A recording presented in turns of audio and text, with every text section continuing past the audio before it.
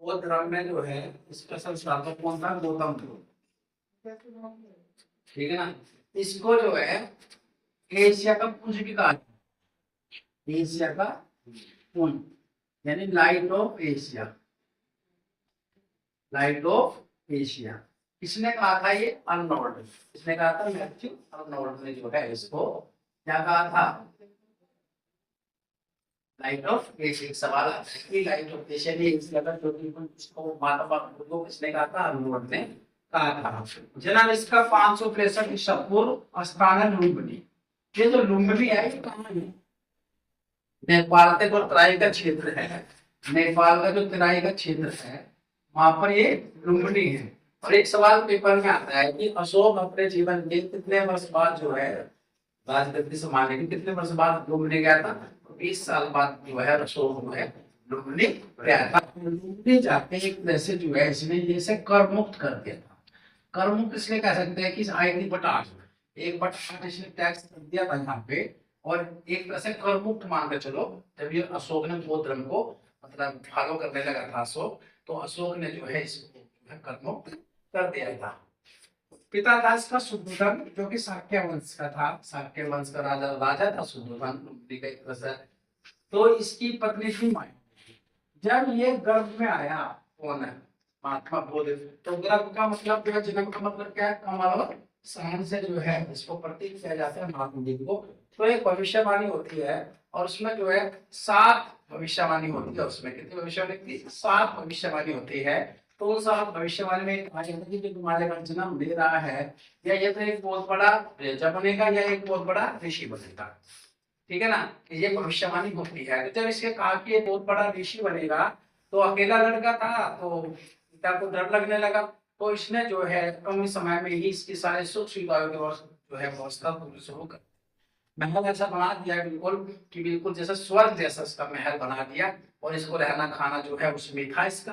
तो इसको बाहर की दुनिया इसको दिखाई नहीं दी, क्योंकि इसके अंदर सताने लगा था कि कभी ये लड़का जो है महात्मा महात्मा ना बन जाए। तो इसका जो है जन्म के समय इसकी माता जी की मृत्यु होती है। तो इसकी जो सौतेली माता थी गौतमी प्रजापति, इसने इसको पाला और इसी के नाम पर जो है सिद्धार्थ के नाम क्या पड़ गया?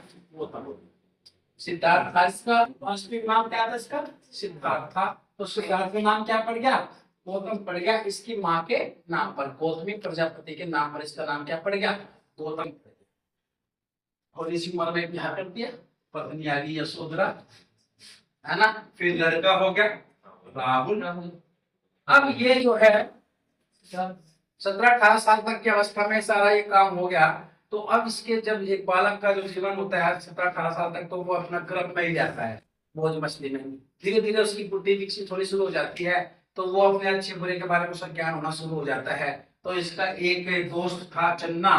चन्ना जो है इसका दोस्त भी था, सारथी भी था, क्योंकि कोई ना कोई तो फ्रेंड्स बनता ही है। तो वो जो है इसको कहने लगा, यार यहाँ तो मेरा दमसक उठने लगा इस महल में, तो तुम मुझे जो बाहर की दुनिया दिखा।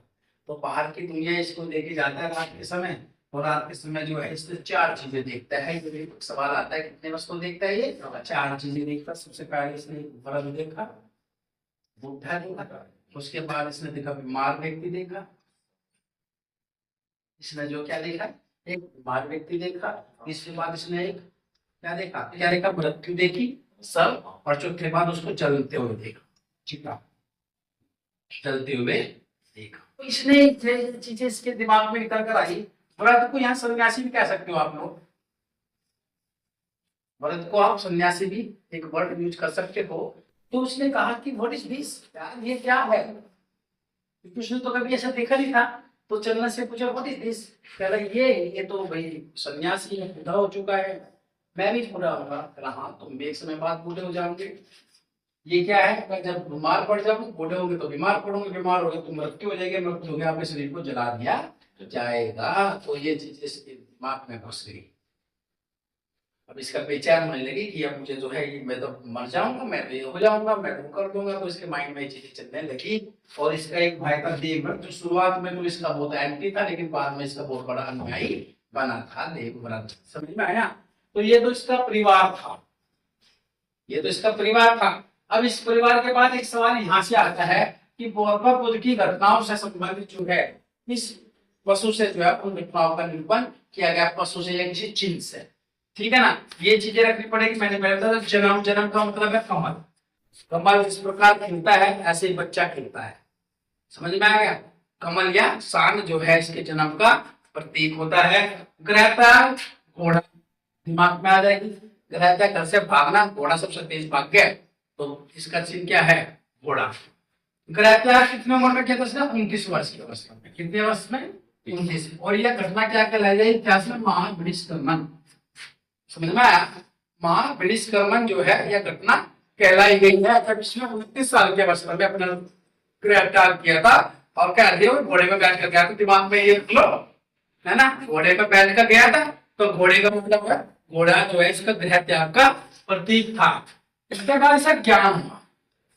ज्ञान कहाँ हुआ इसको, 35 साल की अवस्था। पहले तो सवाल ये आया था इसके कितने वर्ष की अवस्था में, 35। तो तपस्या कितने की इसने, 6 साल। तपस्या इसने किसने की, 6 साल की तपस्या इसने की। और इसने जो है क्या किया, इसने जो है ज्ञान प्राप्त हुआ। ज्ञान कहाँ प्राप्त हुआ उसको, निरंजना नदी पर। निरंजना नदी को हम लोग बोलते हैं फल्गु भी, फल्गु नदी गया है ना, गया बिहार में पड़ता है, गंगा जी की सहायक नदी गया। तो यह जो है वहां पे इसको ज्ञान प्राप्त हुआ था। किस वृक्ष के नीचे, पीपल के वृक्ष के नीचे। समझ में, पीपल के वृक्ष को क्या बोलते हैं, बोधि वृक्ष, बोधि वृक्ष। किसने कटवाया था इसको, शशांक ने। किसने कटवाया था इसको, शशांक ने। शशांक किस वंश का राजा था, गौड़ वंश, गौड़ वंश का शासक था शशांक। इसने जो है बोधि वृक्ष को कटवा दिया था। और ये ब्राह्मण था इसलिए वो बौद्ध धर्म से जो है घृणा कर रहा था। प्रथम उपदेश इसका प्रतीक क्या है, चक्र। प्रथम उपदेश प्रतीक किसका है, चक्र। चक्र की स्थिति ये है, कितनी डिग्री है इसमें, 24। यानी चक्र का मतलब होता है संसार जो है चलायमान, जो है चलायमान है, पुल चलता रहता है। यही चक्र जो है भारत का राष्ट्रीय चिन्ह के अंदर है, जो कि सारनाथ से लिया गया है। सारनाथ से लिया गया राष्ट्रीय चिन्ह। तो सारनाथ को हम लोग याद करें तो प्रथम उपदेश का जो प्रतीक है क्या है, चक्र। तो प्रथम उपदेश कहा गया था इसने, सारनाथ। सारनाथ का दूसरा नाम क्या है, ऋषिपत्तनम। क्या नाम है इसका, ऋषिपत्तनम। अब परीक्षाओं में जो है ऋषिपत्तनम आने लगा है सारनाथ के प्रश्न। समझ में आए कि प्रथम उपदेश कहाँ दिया था इसने, सारनाथ यानी ऋषिपत्तनम में इसने प्रथम उपदेश दिया था। और सर्वाधिक उपदेश कहाँ दिया था इसने, श्रावस्ती में। समझेंगे, श्रावस्ती में सबसे मतलब सर्वाधिक उपदेश। और सबसे अंतिम उपदेश कहाँ दिया था इसने, कुशीनगर में, यानी जहाँ इसकी मृत्यु हुई, वहां इसने सबसे मृत्यु समय इसने बोला था। समझ में आया। इसके बाद इसका जो निर्माण है, निर्माण होता है एक तरह से पढ़ना, निर्माण निर्माण कह सकते हो आप लोग, एक तरह से पढ़ना। उसका प्रतीक है पद चिन्ह। जब इसका अस्तित्व बन जाता है, महात्मा बुद्ध का अस्तित्व बन जाता है तो उसका चिन्ह है पद चिन्ह। और लास्ट में मृत्यु, मृत्यु का संबंध इससे है, रूप से। समझ में आ गया। और कुशीनारा में इसकी मृत्यु हुई थी। और कुशीनारा में मल का शासन था ना, मल थे वहां पे। तो मलों ने जो है इसकी जो हड्डी देने से मना कर दिया था। मलों ने हमारे यहाँ रहेगा महात्मा बुद्ध की हड्डियां, तो यहाँ से अनुयायी जो है इसको 8 जगह ले गए थे और 8 स्तूप बनाए। समझ में आ गया। स्तूप का मतलब इसकी हड्डियों को जगह जगह रख के इसके ऊपर एक मंदिर टाइप बना दिया। स्तूप का ठोका हुआ, हुआ का मतलब होता है ढेर। और मैंने कल भी बताया था स्तूप का सबसे पहला वर्णन हो रहा है। यहाँ तक क्लियर हो गया। अब 8 इसके जो है स्तूप बन जाते हैं। अब इससे जो है अब थोड़ा सा इसकी जो शिक्षाएं है उस पर हम ध्यान दें। महात्मा बुद्ध की शिक्षाएं पर ध्यान। महात्मा बुद्ध जब घर से बाहर निकले उसका पहला गुरु कौन था, अलार। समझ में। और अलार कलाम ने जो है इसको दर्शन की शिक्षा, जो दर्शन दिए आपके सांख्य योग वैसा सीखने आए, यानी कि जो शिक्षा किसने दी थी, अलार कलाम ने। दूसरा गुरु का होता है रुद्रग्राम कपूर। 2 गुरु हुए इसके, रुद्रग्राम कपूर। इसने ही इसको ज्ञान दी, जाके ज्ञान प्राप्त करने का प्रयास कीजिए कि आप जो विचित्र हो, आप दुनिया से अलग हो, आप अपने आप को पहचानिए और जाके ज्ञान प्राप्त करिए। समझ में आया। और जब 6 साल बाद से ज्ञान प्राप्त हुआ तो इसके कितने शिष्य बने, 6 शिष्य बने। कितने शिष्य बने, सबसे पहले से अपने प्रथम उपदेश जो दिए 6 शिष्यों को दिया था। जो प्रमुख कुंडिन्य था, इसका प्रमुख शिष्य कुंडिन्य था, तो इसके 6 शिष्य सबसे पहले से बने थे। इसके समकालीन एक सवाल आता है, महात्मा बुद्ध के समकालीन शासक कौन से थे? तो समकालीन शासक जो है बिंबिसार, अजातशत्रु, उदयन और प्रसेनजीत। ये जो कौशल का राजा था प्रसेनजीत। और एक संबंध ध्यान रखने से, इसी के दरबार में एक डाकू रहता था अंगुलीमाल। तो अंगुलीमाल एक डाकू था, उसका भी वर्णन आता है कि अंगुलीमाल का जो डाकू था वो जो कोसल प्रदेश में था, जब उसका राजा प्रसेनजीत था, तो अंगुलीमाल का जो हृदय परिवर्तित किया था महात्मा बुद्ध ने अपने उपदेशों से। अंगुलीमाल डाकू का वर्णन किस महात्मा के साथ आता है? तो बुद्ध के साथ इसका वर्णन आता है, दिमाग में रखना। इसकी जो पुस्तक है वह है त्रिपिटक। त्रिपिटक की भाषा थी पाली। कौन सी थी? पाली। त्रिपिटक 3 भाग बटे हुए हैं, सूत पिटक, विनय पिटक और अभिधर्म पिटक। यहाँ तक काम चल जाएगा। 3 इसके भाग है।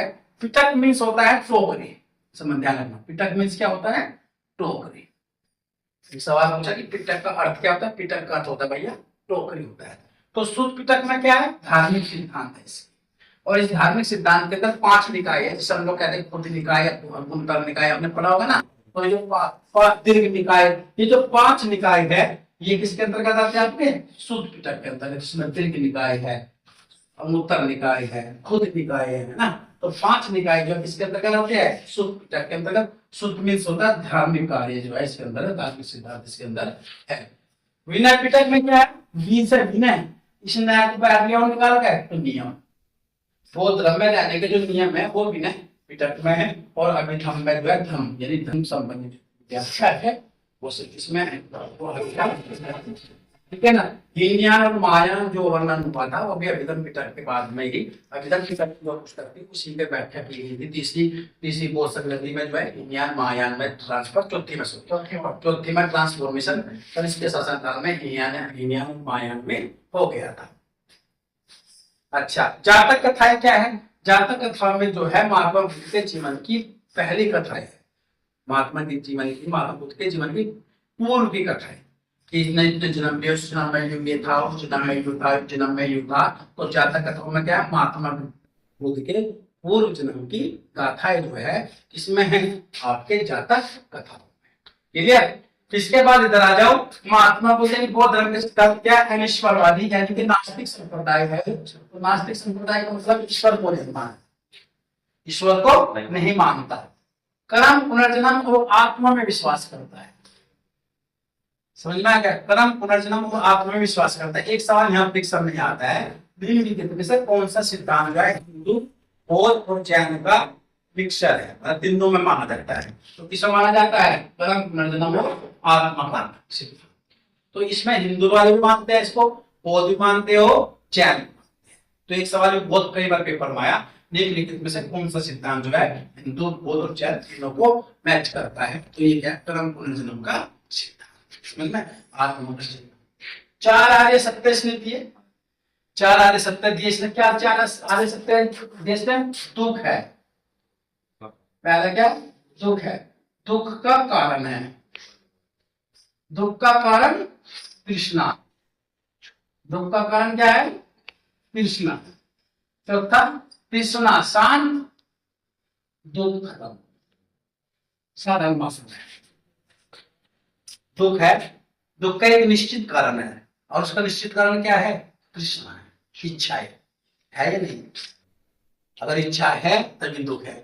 अब तुम्हारी नौकरी प्राप्त करने की इच्छा है, सुबह उठ रहे बैठे हैं तो दुख हो रहा, तो इस दुख का एक कारण है। कारण क्या है? तृष्णा है। जैसे तुम्हारी नौकरी शांत हो जाएगी, तृष्णा मिल जाएगी, तो तुम्हारा दुख का अंत हो जाएगा। अगर तृष्णा ही नहीं हो तो दुख का कोई मतलब है ही नहीं। अब हमें गर्मी लगी, हमें एसी लेने की आवश्यकता है, तो वो हमारी तृष्णा ही तो है। नहीं तो जो महात्मा प्रेमा उन्हें क्या तृष्णा चाहते हैं, क्या जरूरत है वहां धूप में बैठने की?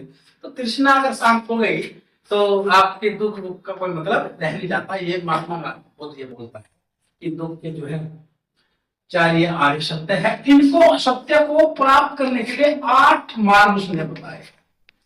समझ में आ गए? अष्टांगिक मार्ग जो है उन्होंने बताया, जिसमें सम्यक ज्ञान, सम्यक दृष्टि, सम्यक आजीव, सम्यक व्यायाम है ना।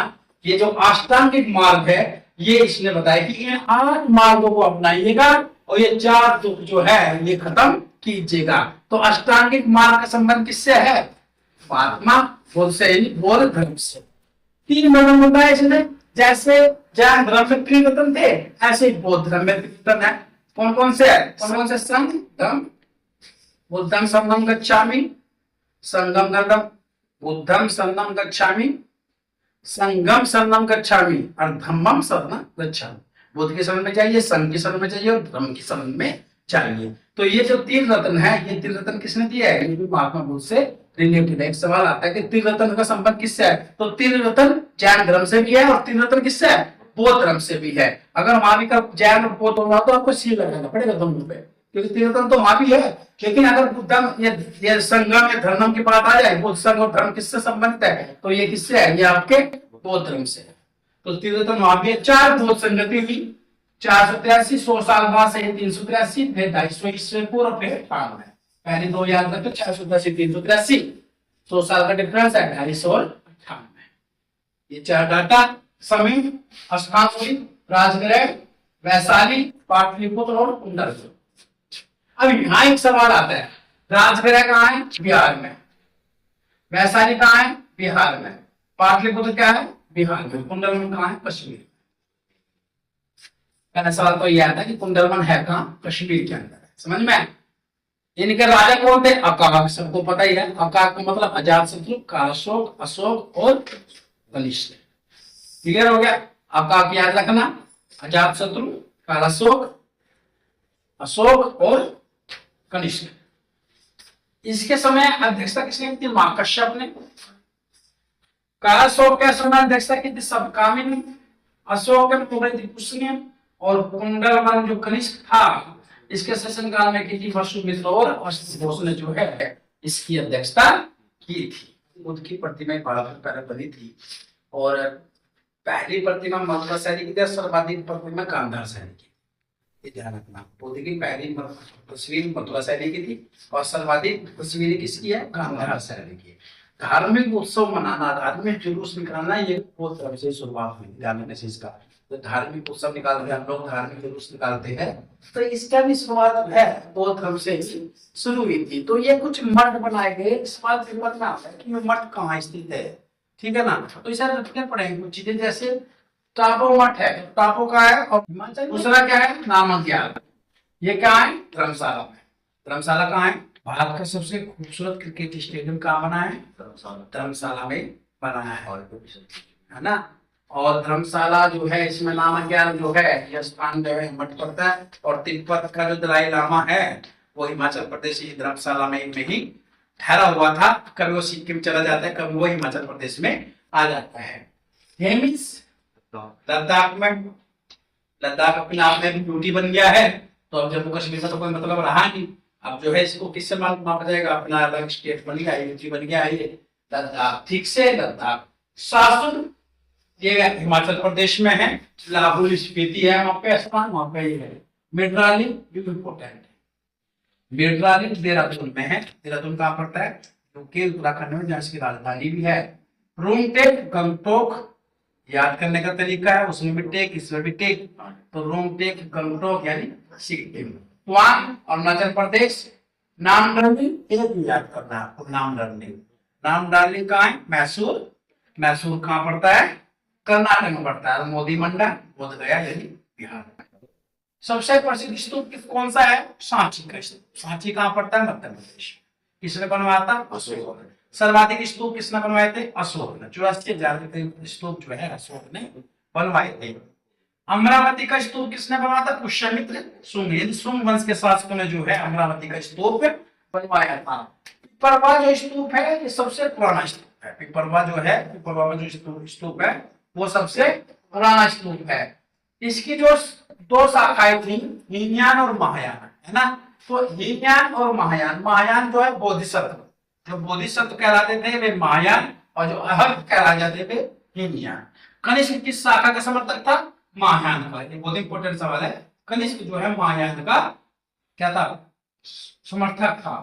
इसमें इनकी आगे जाके एक शाखा बनी बजरियान। बजरियान शाखा में कहां पे प्रभावित किया? बंगाल में प्रभावित थी। तो ये पहली बार ऐसा हुआ कि बौद्ध धर्म की जो देवी थी, बौद्ध देवी, उनकी भी पूजा होनी शुरू किसने कहा की थी?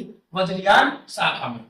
बौद्ध जो देवी, अगर बौद्ध को तो सम्मान दे, लेकिन बौद्ध देवियों को जो है पूजने की परंपरा कहां से थी? बंगाल में बजलियान शाखा में। पहली देवी कौन सी थी? तारा देवी थी, जिसकी तस्वीर जो है मंदिर बने हुए हैं। आनंद और पालिस के शिष्य थे, और आनंद के कहने पर ही बौद्ध संघों में महिलाओं के प्रवेश को वर्जित, मतलब एंट्री कराई। समझ में आया? आनंद के कहने पर ही महात्मा बुद्ध ने अपने संघों में, मठों में स्त्रियों का प्रवेश जो है अलाउ कर दिया था। और स्थान कहां था? वो वैशाली। वैशाली एक स्त्री नियम है वैशाली, तो वैशाली में जो है वैशाली को संघ में प्रवेश करवाया महात्मा बुद्ध ने आनंद प्राप्त करने के लिए, यानी आनंद के कहने। ठीक है। और पहली शिष्या कौन बैठी? इसकी खुद की माता गौतमी प्रजापति, जो इसकी माता थी, वो इसकी पहली शिष्य, महिला शिष्य बौद्ध धर्म की बनी थी। आम्रपाली कौन थी? ये एक नृत्यांगना थी जो अजात शत्रु के दरबार में रहती थी। अजात शत्रु ये भी महात्मा बुद्ध से जो है प्रभावित हो गई थी। इसने जो है अपना पूरा का पूरा बगीचा जो था वो इसने बौद्ध धर्म के दान कर दिया था। बहुत बड़ा बगीचा था, उसमें झोपड़ी वोपड़ी बनवा के बौद्ध धर्म के अनुयायियों के किसने भेज दिया था। तो ये बहुत बड़ी उस समय की नृत्यांगना थी आम्रपाली। इसका भी बहुत ज्यादा इतिहास में प्रभाव था। और थेरी गाथा जो है, इसमें भिक्षुनियों के गीत है। थेरी गाथा जो है ये किताब है जिसमें क्या है, जो बौद्ध भिक्षुनी है उनके गीतों का वर्णन जो है थेरी गाथा में था। ये था तुम्हारा बौद्ध धर्म।